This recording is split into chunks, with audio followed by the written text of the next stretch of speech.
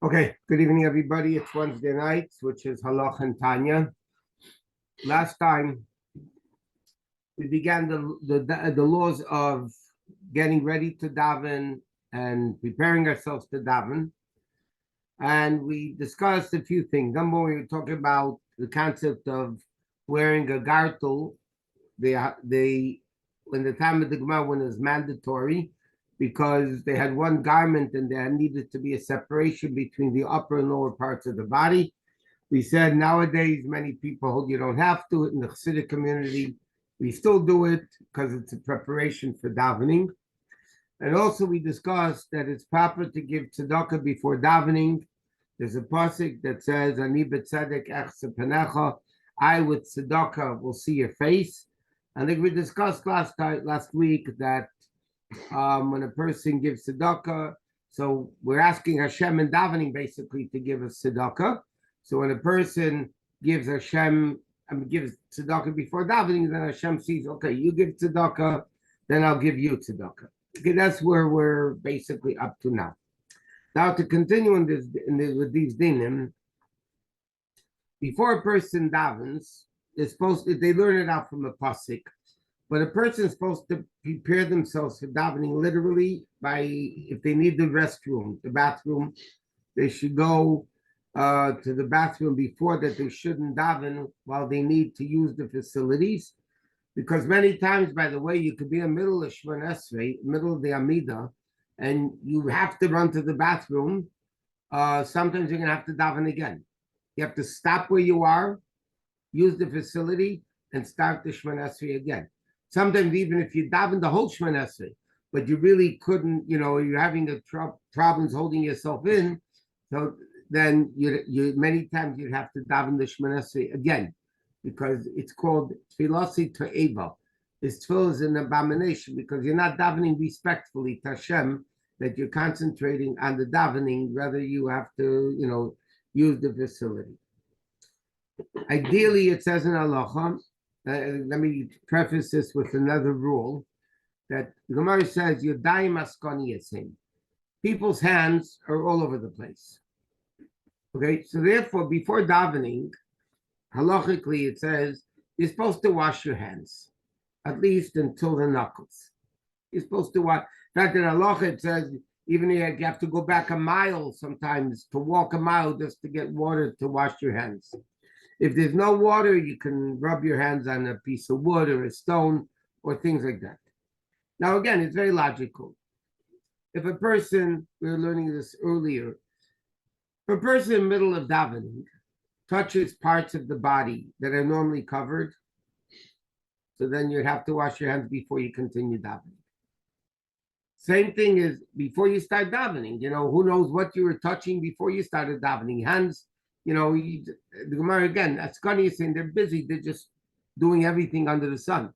So ideally, when a person comes into shul, they should wash their hands at least until the knuckles, the fingers until the knuckles, and as a preparation for davening properly. Now, if somebody before they came to shul, they washed their hands, let's say, and they knew they were careful with their hands because they knew they were going to go into shul to daven, so then they don't have to wash their hands again. Or let's say you were davening in shul mincha and ma'ariv. So you daven mincha, and then there was a little class, and then you're davening ma'ariv. You don't have to wash your hands between mincha and ma'ariv because obviously, during davening you didn't touch something that you shouldn't have touched. So then you wouldn't have to wash your hands. If you flake out a little bit and you don't know where your hands are touching, then technically you would have to wash your hands again, because again, preparation for davening, because if your hands are not clean, you're not allowed to daven with those unclean hands. Now, next thing, this thing applies to men, obviously, more than to women. Women, as we will get to, women have an obligation to daven, but they don't have an obligation to daven with a minyan, with 10 Jews. They don't have that obligation. Men have a halachic obligation to daven with a minyan. But davening with a minyan means davening Shmona Esrei with the minyan. Davening what's called in the Sephardi community, they call the Amida. a person has an obligation to daven Shemona Esrei with the minyan. Now, what happens if somebody wants to daven longer than the minyan, or they're just slower than the minyan? As long as they start with the minyan, okay, they're starting the beginning Haidul with the minyan, even though they're davening longer, it's not a problem.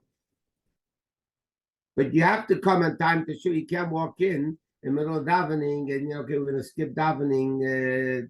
That can technically in Shulchan Aruch, so the Chassidim don't do this. But in Shulchan Aruch, technically it says if a guy walks late into shul and the main thing is to daven Shemona Esrei with a minyan, so halacha says you skip this part of davening, that part of davening, you skip a bunch of davening to say Shemona Esrei with the minyan, and then after davening you have to catch up and say those things you omitted. In the Chassidic world, is brought down up Kabbalah. According to Kabbalah, you don't do it because davening has a system. It corresponds with the four worlds. And you're going to say things out of order, you're mixing up the worlds, So according to Kabbalah, you're supposed to daven in order. From the beginning, you're supposed to daven.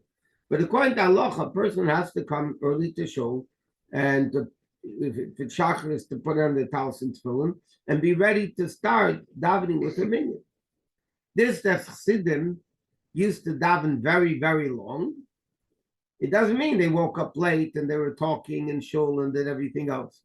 They got up early and they went to the mikveh and they learned Chassidus for a few hours, and then they davened for 5-6 hours, shachris, on a daily basis. That's a different story. But halachically, a man has an obligation to daven with a minyan to the extent, the Gemara says a very interesting story. The Gemara says Rabbi Lozer, one of the Amiroim or the Tanoim's question about which one it is, he walked into shul. There were 9 Jews. He had his non-Jewish slave with him. In those days, slavery was allowed. They bought Jewish slaves, non-Jewish slaves. The din is, when a Jew would buy a non-Jewish, today it doesn't exist, but when a Jew would buy a non-Jewish slave, they gave him a bris, they took him to the mikveh. He was obligated, as a non-Jew, was obligated in all the mitzvahs women had to keep. That means all negative commandments and mitzvahs and not connected to time. Okay? So, and if that slave is ever freed, then he becomes a full-fledged Jew. That's the halacha. Rabbi Lazar once walked into a shul. There were 9 people there, including himself. And he wanted to daven with a minyan. So what did he do? He freed his slave. He freed his slave in order that now he could be counted as a minyan. And the Gemara shows us how important it was to daven with. It was a big loss of money. He freed his slave. And not only that, according to halacha, you're not supposed to free your Gayish slave. There's a positive mitzvah in the Torah, la'elam b'hem ta'aveidu. They should work for you forever. And the commentaries in the Gemara ask, how was he able to free the slave to daven with the minyan when you're not supposed to free the slave? There's a positive mitzvah, they should work for you forever. And the Gemara answers, now the places answers, davening with the minyan was so important, they were allowed to do it. That's how important davening with the minyan is. Now, the Gemara says, the Gemara quotes a pasuk that says, Henkel kaber leyimas, which means Hashem never despises the minyan of a community, of a tzibur. And to simplify it in a very simple way.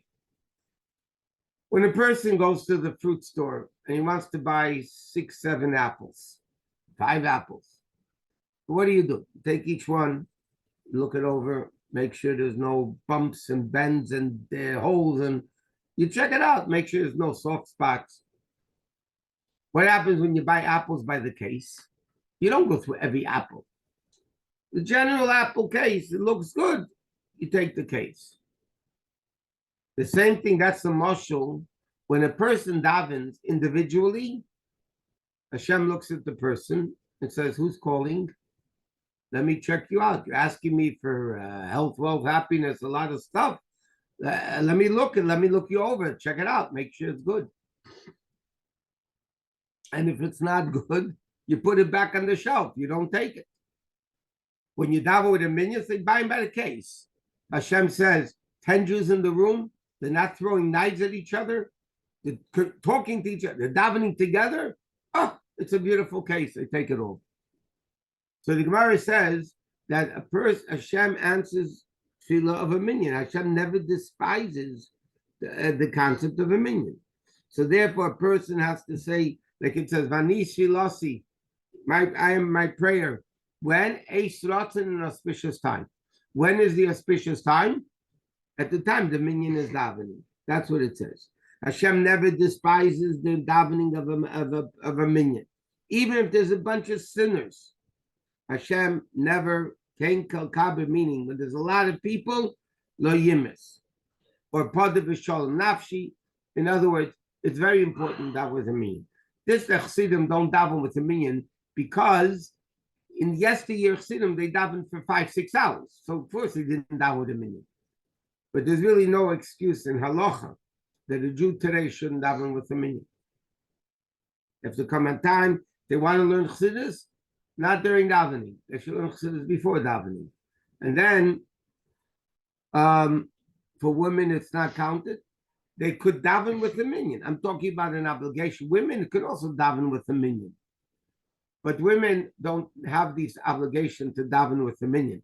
If I want to be a politically correct person, Hashem loves the women so much that even if they daven as an individual, Hashem loves it. The men, God doesn't like too much. I mean, that's a political answer for the women. But anyway, then you can ask me if I believe what I just said. We'll discuss that some other time. But anyway, women, but there's no obligation of a woman to daven with a minyan. A man has an obligation to daven with a minyan.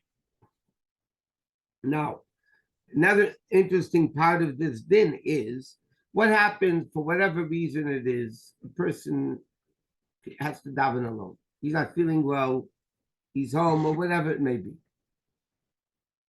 He should still daven the time the minyan davens.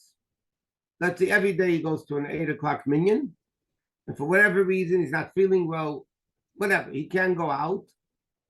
Shulchan Aruch says you should daven the time the minyan davens, because this is your minyan.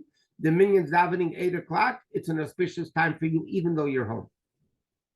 Another thing Shulchan Aruch says, even if let's say you're davening alone, it's still better to daven in a shul than at home. Because the shul is a holy place. A yeshiva, it's a holy place where people are davening and people are learning. So the place is holier, and it's a mitzvah there that says to daven in a shul. Even a person, if they can go to shul, I mean, with the minyan, they should still try to go to shul to daven in the shul. They should try to daven when the minyan is davening, because that's also. Now another din is, it says that Rabbi Yosef Levi said this, a person should try to be from the first 10 people that come to shul, from the first minyan. Why? He says, even if 100 people come after him, he gets the reward of all of them. Be from the top 10. You come to shul in the top 10, then it's very good. And it says, a person that comes to Chazal tell us, a person goes to shul Shachris and Mincha Ma'ariv or to Beis Medrash, and he doesn't run in and out. Some people come in late and they leave early. He says you should come early and leave late. And then you said Zeichal Arichas Yamim. The Gemara says you live long because Hashem sees that you're coming to shul early and you're leaving late. You love shul, and so on and so forth. Okay, so this is. Now, what happens, and here's an interesting shaila, which is a machlekes in halacha. What happens, let's say, some shuls, because the people won't wait, they'll daven mincha and ma'ariv, but they'll daven ma'ariv a little early. Not against halacha, but it's not really nightfall yet, but they'll daven early. Is it better to daven with a minyan in not a great time, or is it better to daven by yourself in a more appropriate time? Same thing goes in the morning. It's a best to daven shachris after sunrise. Let's say the minyan daven before sunrise. Like an hour before, half an hour before sunrise. Is it better to daven with a minyan in not the best time? Or is it better to daven without the minyan in the correct time? So a lot of opinions, the Yehuda, others say davening with a minyan is more important than davening in the proper time. There's a Tzemach Tzedek. Tzemach Tzedek says you could daven ma'ariv or shachar in the proper time, even though the minyan is davening not in the best possible time. You're allowed to daven be yechidus by yourself because davening in the proper time is more important. So there's this halachic argument. We of course pass complete to Tzemach Tzedek, but a person has to know. Is how incorrect time-wise is the minyan davening. Maybe you're making a mistake and it's really the davening in the proper time. So that's a separate issue by itself. Another important issue in the laws of davening, by the way, this is if you daven at home or in shul.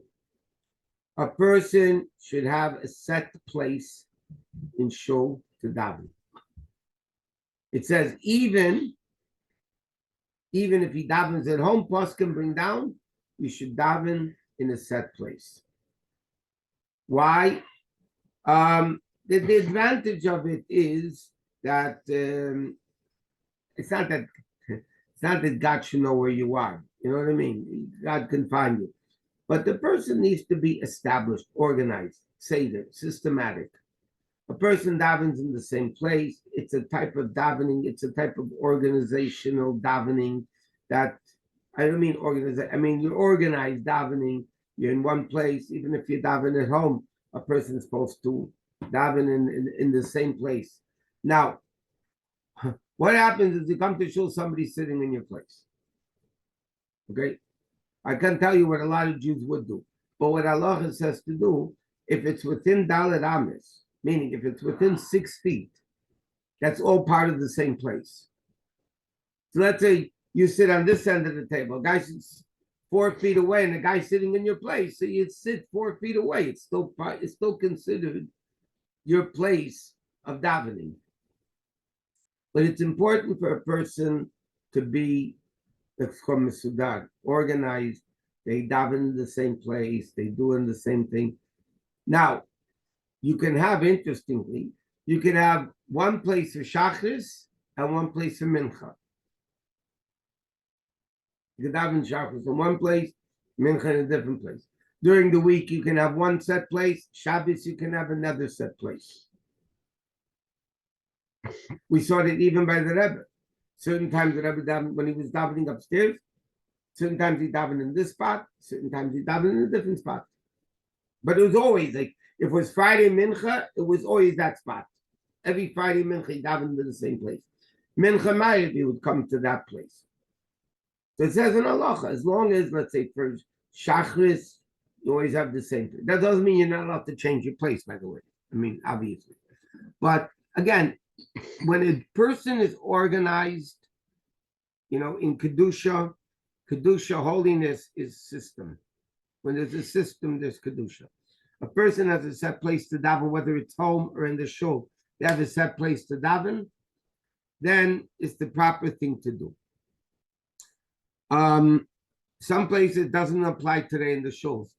We learn out from Chizkiah Melech, it's better to daven facing a wall.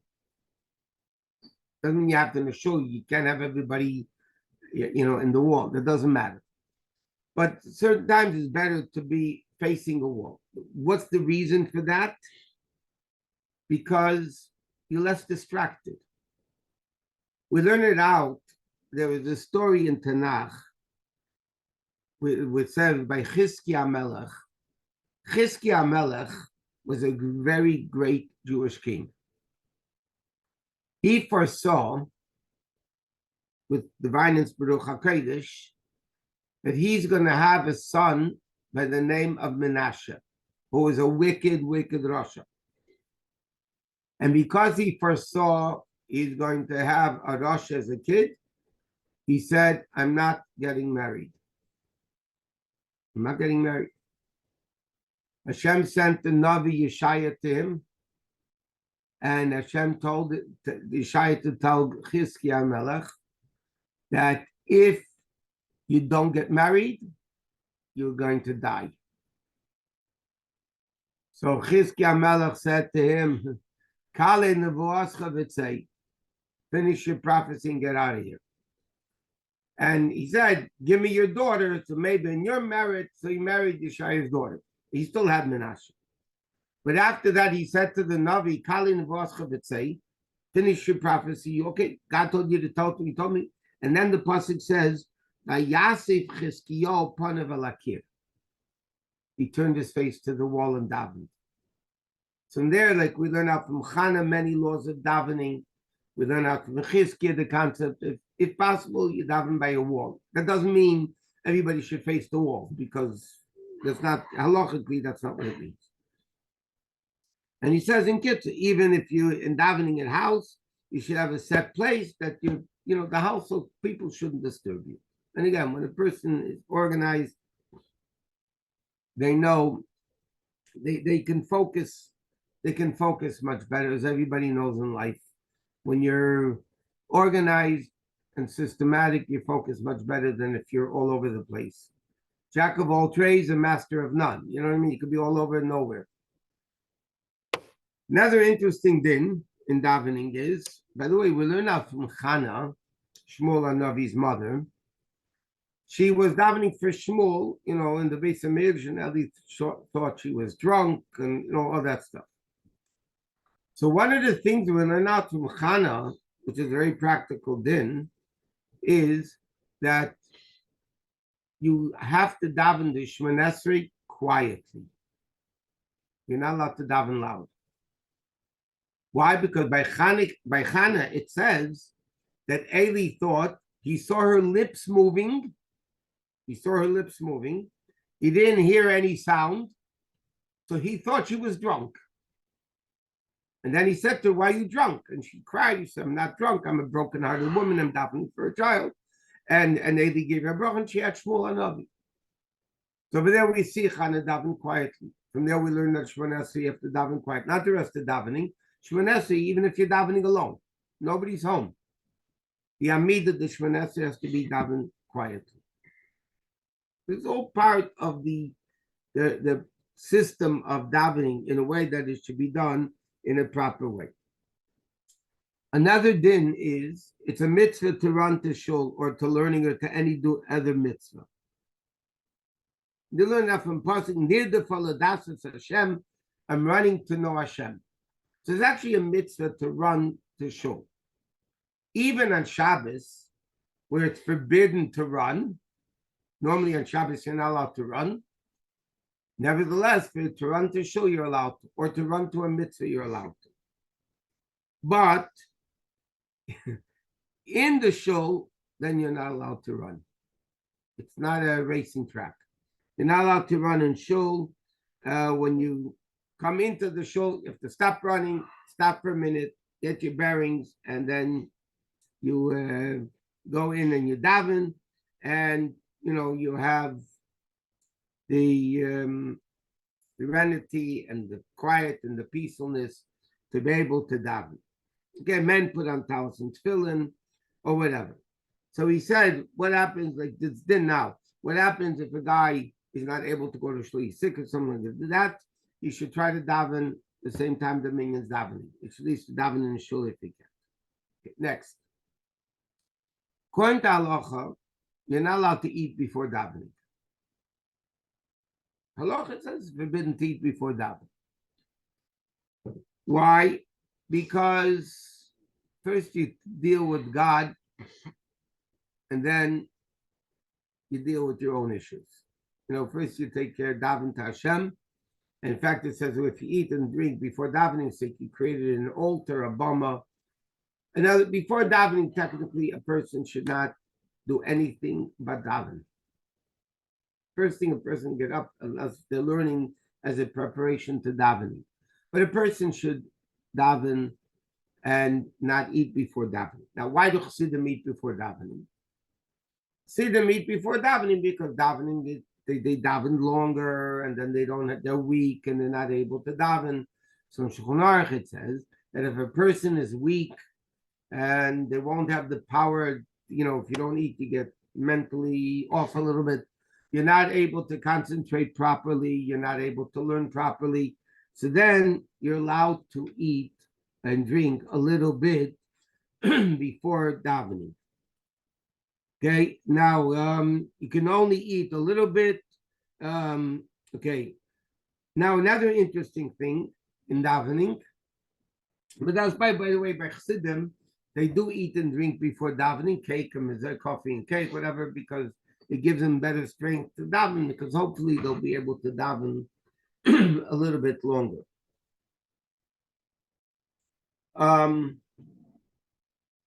Another interesting thing is you're not allowed to go and tell somebody good morning before you daven. But let me clarify halacha what that means.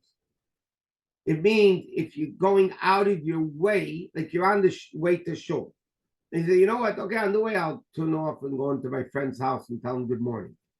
That you're not allowed to do before davening. If you come into shul and you see a Jew, you say good morning. If not, you're not nice. But you don't go out of your way, especially before davening, to say good morning to somebody. Why? It's very simple logic. First, you say good morning to Hashem, and then you deal with people. First, you daven to Hashem, and then you go eat. That's the proper way of doing it, out of respect to Hashem. So he shouldn't, have to be careful, and he shouldn't say good morning to people before davening. What else is there? Some practical. Okay, if you want to daven longer, you have to start with the minyan. Okay, there's some dinim that are not practical here.